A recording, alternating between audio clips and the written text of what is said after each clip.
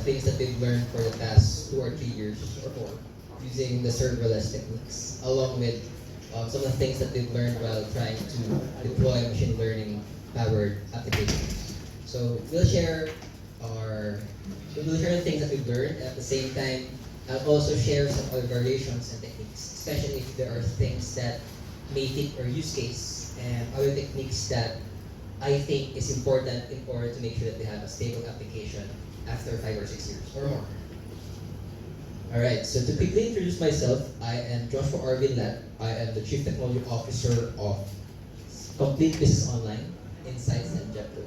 So we are Australian-owned companies, and we're building a lot of things. We have a lot of projects. So from the name itself, Complete Business Online, we have a lot of projects. And we have Insights, we're building technical products. And then with JetBlue, it's a machine learning powered startup where we're doing anomaly detection and forecasting and other things that help us process the data and make the lives of our customers better.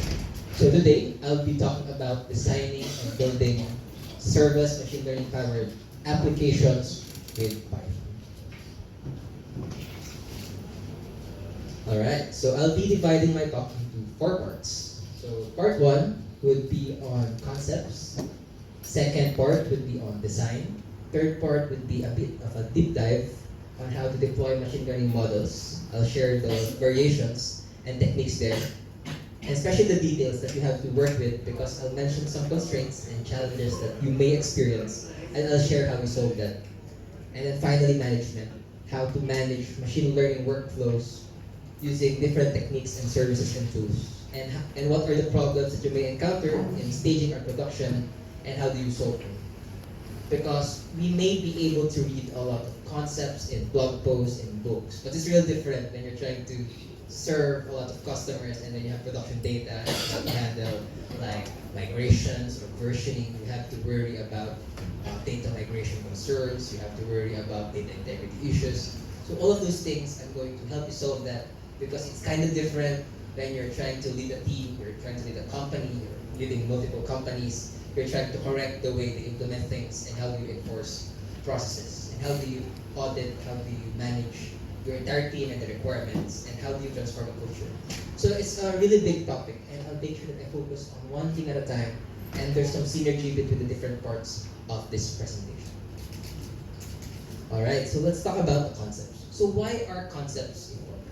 So the reason why concepts are important is sometimes when you're trying to create an application, sometimes the first thing that comes into your mind would be, what are the tools that I'm going to use to build an application? The problem there is that when you try to use tools and you just try to read the blog posts, you try to read their materials and documentation, the challenge there is when you're trying to host something into production and you encounter problems, it's going to be hard for you to solve the problem because you do not understand the concepts and the underlying details that is abstracted by the tools that you're using. So sometimes the tools that you're using abstract a lot of concepts, and you just tend to focus on the integration. When you're working on the integration aspects of your application, it just works. So it either works or it doesn't. But let's say that there's a data integrity issue, and you're not familiar about the concepts like idempotency keys, having the existence of idempotency keys, why it's important, concepts like linearizability, even the cap theorem, eventual consistency, and other such concepts. It will be hard for you to manage those hidden requirements along the way. When you're trying to build something, the only thing that you usually learn in hello world tutorials or blog posts would be, how do I code this? How do I make this work? How do I integrate this? But the proper engineering techniques are usually left out, because you'll probably encounter that when something's broken already. And the thing that I want you to understand is concepts are super important. And the last thing you want to do is to be debating which tool is better than the other. I want you to be able to maximize your tools by understanding the concepts first. Next, I'll give a quick intro or just a quick description of the machine learning process. So basically, machine learning is everywhere right now. Let's say that I want to identify if the image that I inputted is a cat or a dog. Or maybe I want to predict the future, or maybe I want to classify something as A or B, or be able to just detect anomalies. everywhere in the world right now, instead of us trying to manually do things, we can do a lot of automated stuff using machine learning algorithms. And there are so many algorithms out there, so much work done by a lot of data scientists and researchers that we tend to sometimes confuse which is the cooler algorithm. So before we start talking about the processes and the steps right here, I want us to ask ourselves, what's the most important thing in machine learning or in data science in general? For me, so it's just an opinion, but I think you'll probably encounter this way of thinking in the future, especially when you go deep dive and trying to work with a team, trying to serve the customer's requirement. For me, the most important thing in machine learning is listening to the customers and also listening to the needs of the business. So being able to go one step back first and being able to understand what's really important, it's about listening to the needs of the customers. You may have the coolest algorithm out there, you may have the most cutting edge algorithm that's super optimal, can work in any kind of context or situation, but if it doesn't fit the needs of the customers, then you will have a tough time trying to go forward or move forward. And here, I want us to start first with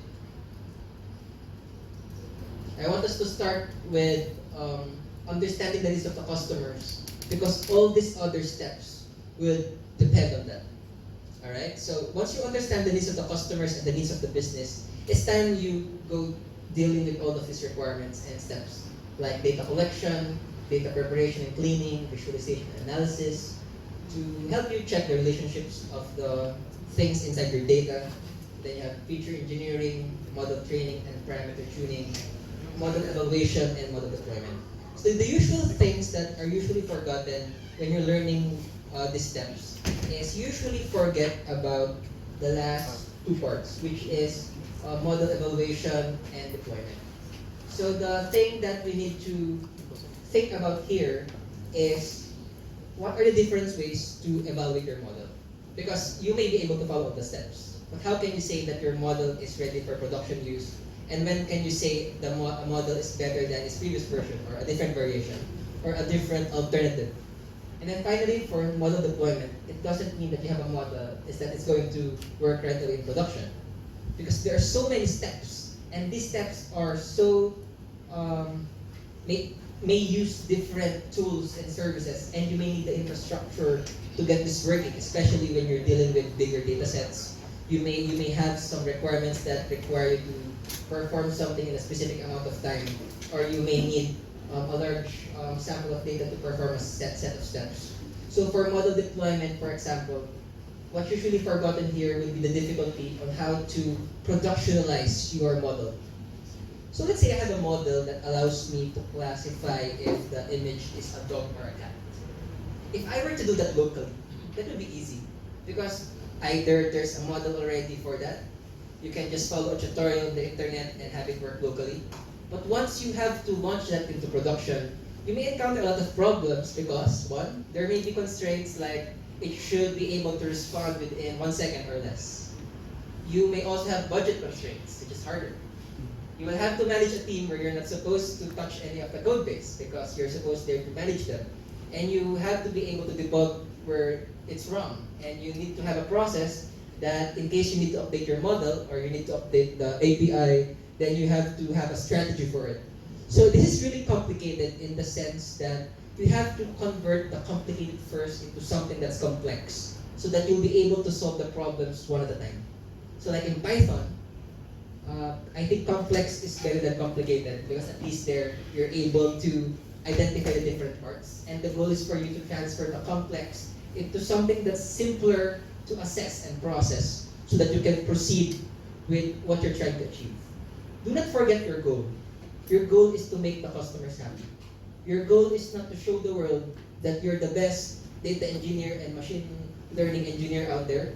Your goal is to make your company happy and your customers happy, because if you're focused too much on your algorithm, then you're probably be too biased in trying to provide a different alternative which may have better metrics or a different solution expected by your customer. Alright, so this are just icons from AWS, but there are other alternatives from other platforms. So feel free to replace them based on your own use case and need and context. So let's say that your company is already using GCP or Azure, then just replace them with their counterparts. So for serverless computing, the thing that you have to think about is, what is it trying to achieve? What's different with the serverless way of thinking than the previous way of doing things? So 5 to 10 years ago, what we've been doing, or at least from what I've experienced, is I am used to building my own web server. I'm used to building my own systems, launching EC2 instances or computers, and then configuring them to perform auto-scaling for me. At that time, it was super cool because it was that time where you just pay for what you use, but the thing there is you still have to configure how to auto-scale your systems. But you save a lot of money because instead of you having a really large instance or a large computer, you can replace it with much smaller ones, and then you configure your auto-scaling policies so that it will scale based on your need. The serverless movement took one step further. What it allowed you to do is that it makes you focus less on the operational side of things, and it made you focus more on your code, which is the business logic. And what you just need to remember, if this is the first time you're going to encounter these icons, is that there are probably hundreds of icons out there that 1 year or 2 years from now, you're going to deal with a different set of icons, or a different set of services. These services are just building blocks, and let's say you have a service when dealing with services that deal with, let's say, storage. You have a service that deals with providing you a way to configure your applications with functions as a service, like opportunities. So let's say AWS Lambda, for example, it allows you to have a glue on how do you communicate with other APIs and sources of like logic. And then here, you have your own way to secure your data or secure the access rights for your architecture. So a lot of things have already been encountered by a lot of companies. Why would you be thinking that this is the first time that your problem is going to be solved? So I want you guys to divide your problem into 2 parts. The first part is thinking of the things that's also available or usually done by other companies. So let's say that there are hundreds of companies out there. What's the common thing that's being done by all of those companies? Basically the operational things, like hosting your web server. Probably they had issues dealing with the versioning of their infrastructure. Probably they needed some way to secure their data or secure their infrastructure. And the next thing you have to do is, instead of reinventing the wheel or building your own thing, think about the pros and cons on building your own thing and using a managed service. I'm not trying to market the services out there. You can replace them with all your services. Let's say this platform has this kind of service. There's probably a counterpart out there that you can replace a certain logo or service there with this counterpart. So if you have some sort of context where the team is already using this platform, then just replace it with your own set of things, and you just have to worry about the building blocks. And when you have to scale, the advantage there is you just scale that certain part. So let's say that I have these 5 fingers. If you're dealing with a monolith, the challenge with these 5 fingers is, if I need to scale this one, I will have to scale the entire thing. So let's say I need to scale this part 5 times. I will have 5 hands. So even if the other 4 fingers do not need to be scaled or multiplied, I multiply that cost by 5 also. But if I need to scale something like this, which is distributed in nature, I just need 5 of this. So 1, 2, 3, 4, 5. And then I have this 4. At least it scales properly. And I do not have to worry about the cost and the management of all of those additional resources, because it just scales along with your need. And the advantage of that is it allows you to mimic your production environments easily. Because before, the problem is, how do I make sure that the production environments are stable? Sometimes, so in the past, when the pricing structure, the way you use or the way you price or compute for the cost of your environments is the way to optimize it is by having a staging or local environment that's kind of different from your production environment. It's similar because you're worried that your EC2 instance or your computer is running 24/7 and you pay for something which may not be used. But when you have a serverless architecture and you're using, let's say, AWS Lambda, which the cost is, I think, something per second. If nobody's using your system, especially in your staging environment, at least you're paying for almost nothing. And your production environment, which is almost exactly the same as with your staging environment, and a lot of customers are using that. That's the time when your environment needs to cost more because it's being used more. So you pay for what you use, and you don't have to worry about the scaling and stability, because at the start, when you have to use these tools, even your local and staging environments behave almost the same as with your production environment. And that's what makes production environments more predictable and stable, because it shifts the planning part to the left, meaning that you have to plan for failure so nothing fails. Design. So we're now in part 2, and the goal here is for me to teach you the different ways to architect machine learning powered applications. So in the previous part, I just shared some concepts because you'll need those concepts in the 3 other parts. All right. So if you look at the slide, so help me read it. So when all you have is a hammer, everything becomes a nail. If you are a data scientist, or if you are an architect, the last thing you want to do is to have the bias towards certain tools. Sometimes you have the tendency to read something online because it was marketed well, and because it was marketed well, you wanted to put it into your resume. That's a no-no. Because if you want to be a professional that doesn't have that bias, you need to be aware that there are different solutions out there, and when you're choosing a solution, the solution needs to be appropriate to what you're trying to solve. You may be trying to over-engineer something because you thought that that's the cool thing right now when the previous solutions work.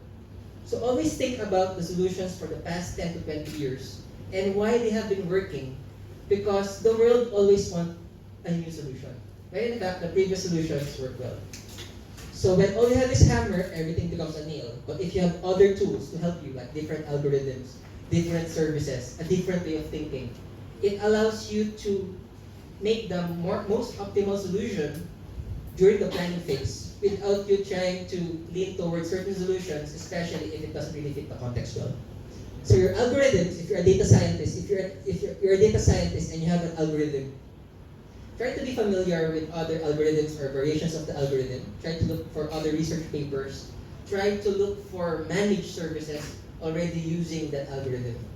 Because if that algorithm is already available and you're trying to be biased on the solution that you use, let's say I spent 50 hours on my own custom model, the challenge there is I may have the bias to use that model even if there's a better one out there. Your goal is not to be too locked into what you have. It's about providing the customer with the best experience and best results. And if you don't have the data for certain algorithms to work, then have a different strategy for it. Alright, so let's have our first simple architecture, especially when you're dealing with machine learning powered applications. Yeah, so take some pictures. Alright, so if this is the first time you've encountered the services, just think of the services as building blocks. So all you have to worry about would be the API gateway, what is it doing, what it's supposed to do. It's basically just an endpoint for your server. The Lambda is your building block where you don't have to worry about how it's running. It's just there to have your Python scripts or functions to connect, let's say, Amazon Recognition and Amazon S3. So you can just replace recognition with an alternative, especially if you're using a different platform. But if I had the requirement where I am supposed to detect text inside images, the first thing I have to think about is what are the requirements. So the requirement is I have a budget, I have a time constraint, and I want to detect images I want to type text inside an image and identify the coordinates. So instead of me trying to build my own model, my goal is to use an existing service which does the same thing for me, especially if it's not part of the customer requirement to build your own model. So instead of me trying to be the subject matter expert for this, I can spend 4 hours to 8 hours of my time because that service is already available. And I have more time to focus on security. I have more time to focus on the logic, the special cases, the other requirements that the customers may have because I have a tight budget. This is the pragmatic way of solving things because instead of you trying to solve things on your own, there may be an available architecture or an available service to help you start with. Time is always a factor. And never forget about better time management because this is going to be the way your company will defeat other startups. If your company has a competitor and that competitor is another startup with the same idea, what's going to be the factor? Is it the perfectness or the completion of your algorithm? No.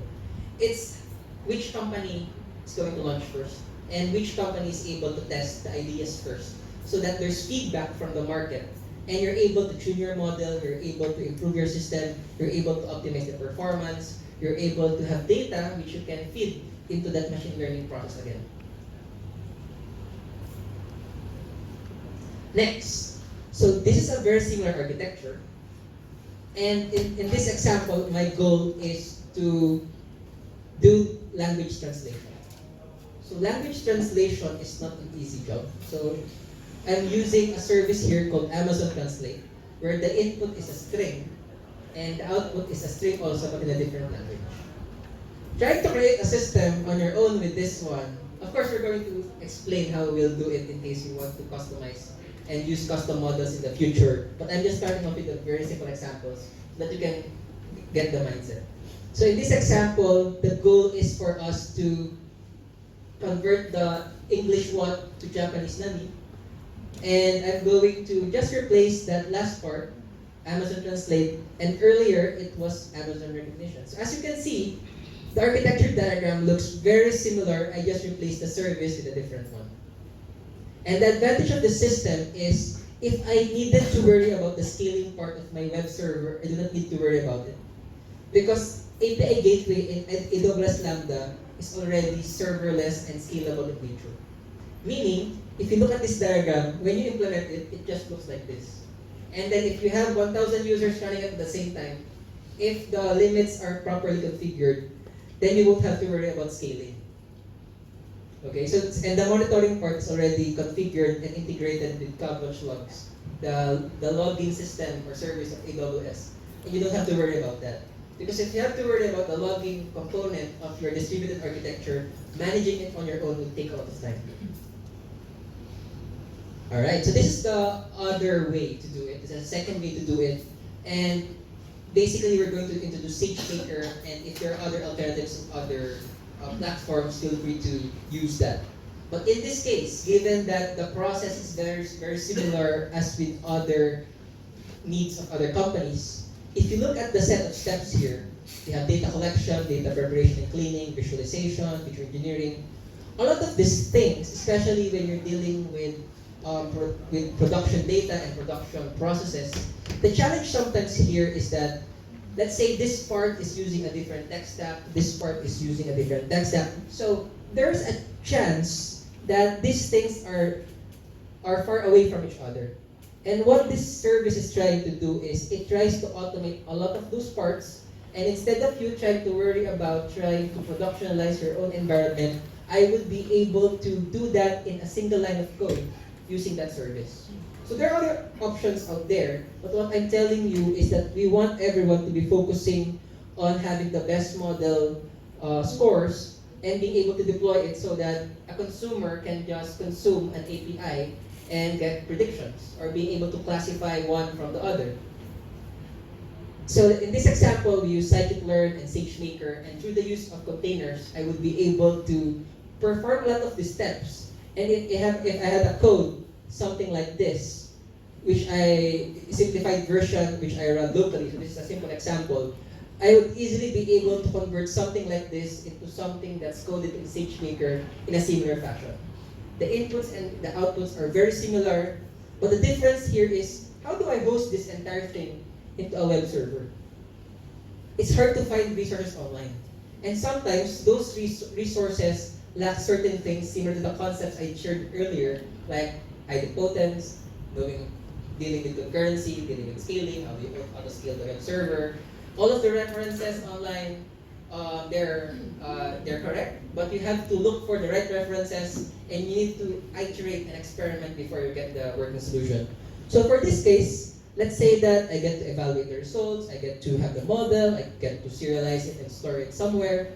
With SageMaker or an alternative, what you can do is you can just have one line of code, because once you have this model, with a single line of code that has the model as the parameter, it will automatically create a web endpoint for you.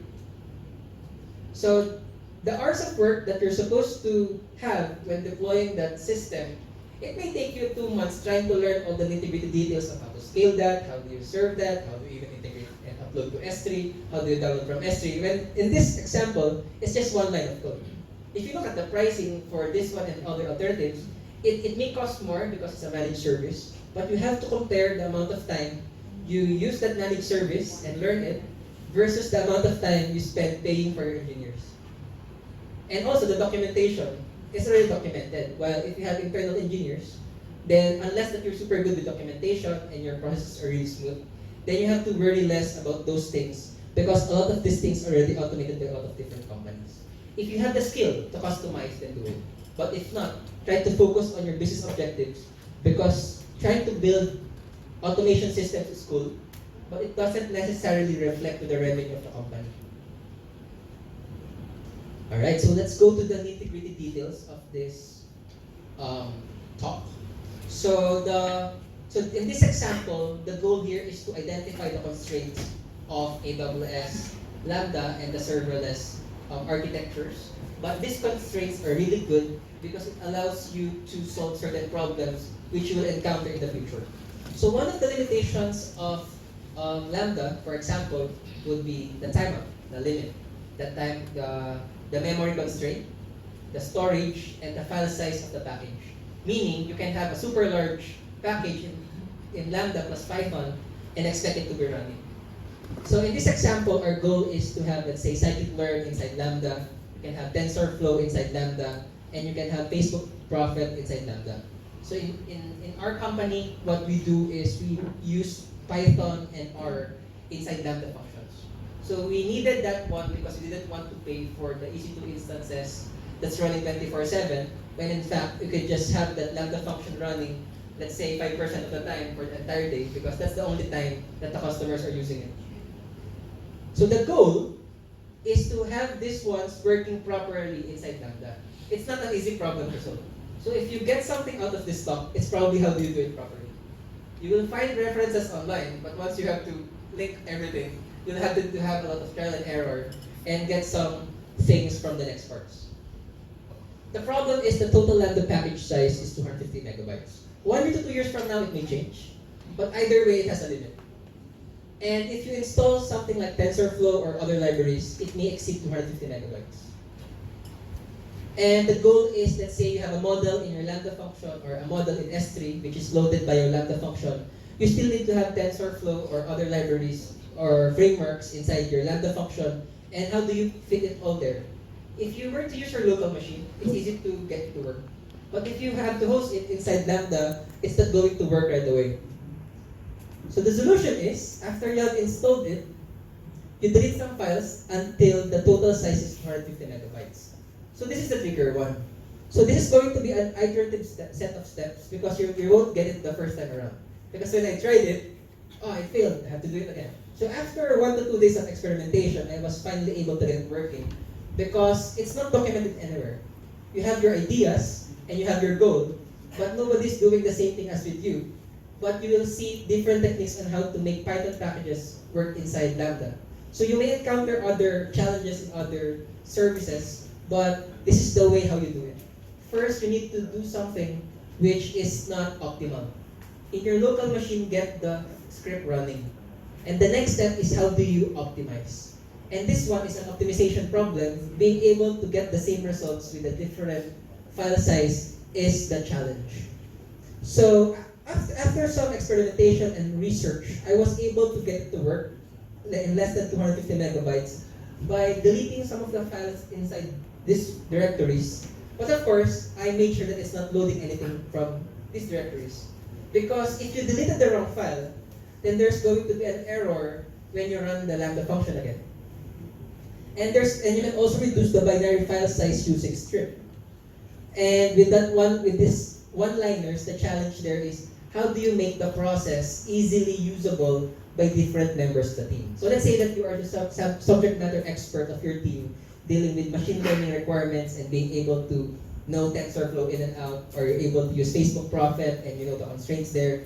The challenge there is you may be able to get it working in your machine, but having to make it be part of the formal process of the company, that's the more challenging thing to do. Because one person is easy, but when you're dealing with, let's say, 10 people, how do you make that process scalable when you're trying to get to launch something into production? And let's say that subject matter expert resigns, then who's going to continue that kind of process? So the answer there is to use containers, Docker. So containers. We use container technology in order to automate some of the scripts. So containers, so we built our own custom container that just automates the one-liner scripts, so that instead of us trying to type this in the command line, we just have shortcut scripts inside the container. And let's say you have 10 people, instead of these 10 people trying to look at cheat sheets, they just use a container which performs the job for you. So in addition to the container, where a lot of things are already pre-installed, you can have automated scripts created by your subject matter expert, so that instead of people trying to worry about 20 lines of scripts, you don't just have to worry about 3 lines: deploy, optimize, reduce this, remove that, and then you can have a framework which will help your company follow it. And then you reduce the binary file size using strip, delete files until the total size is 250 megabytes, and test and deploy the Lambda function. So what's the advantage of having a reduced Lambda function? In addition to that, it works. It's faster also, because it loads less files, and you have less trash inside your Lambda function. Let's say I installed a library which is not really being used by my Lambda function, then why is it there? The advantage of that is it makes your Lambda function smaller, and having an optimal solution will help you along the way. Management. So this is the last part. This is part 4. And even though these are the solutions that I have mentioned, managing them is the last challenging step. So managing machine learning workflows. So last 3 minutes. So in AWS Lambda, there's something called AWS Lambda Layer. So if this is the first time you've heard of it, I think it was released last year. Lambda layers allow everyone to manage their Lambda functions easier. So Lambda layers is just like a piece of your Lambda function. It may be code, it may be a runtime, it may be a library that's packaged so that in case that you have to reuse that layer in other Lambda functions, you won't have to reinstall it again. Because when you're dealing with this kind of architectures, you will have a lot of Lambda functions. And in our example, we had to manage a lot of Lambda functions. So having automated scripts to help you manage your machine learning workflows and machine learning deployments, you need to have automated scripts in order to make all of these things manageable. So when you have Lambda layers, in other Lambda layers, let's say I had to use my R scripts, in Lambda, it's not directly supported, but using R runtime, I am able to run R scripts. So maybe you have Ruby code, or you have Python code, or JavaScript code. Python and JavaScript are supported in Lambda, but if it doesn't support that language, you can use a runtime for it. And the advantage there is it allows you to combine different tools and services without you worrying about the way it's all coded. The advantage of using the serverless architectures is you can combine different techniques and frameworks and tools and languages, and you'll be able to manage them well. Because let's say I have an R runtime there, it doesn't really affect my Python lambdas. Alright, so this one, you can have, let's say, your Prophet package there, and you can easily have that working and reuse that in a different Lambda function which does a different thing. And this one, you can have a set of scripts that automates a lot of work for you, so you can have your libraries packaged as well. And when you're versioning your code, and when you're versioning your models also, you can use this advantage so that if you need to roll back or something, you don't have to rebuild, you don't have to do anything. You can just make the files available immediately so that you can turn back time in case something fails in production.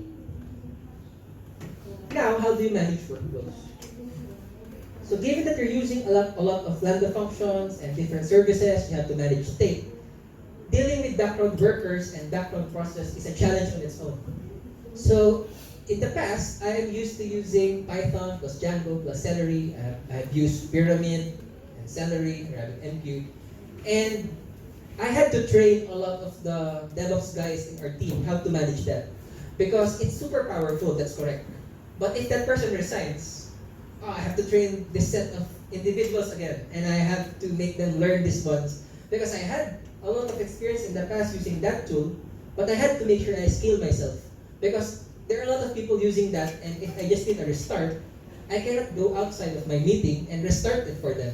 The professionals have to be the one performing the work while we proceed with the planning and the standardization and the business requirements. So here, the advantage of utilizing something available already is it allows you to focus on your own goal, and there are a lot of tools out there which help you perform this task.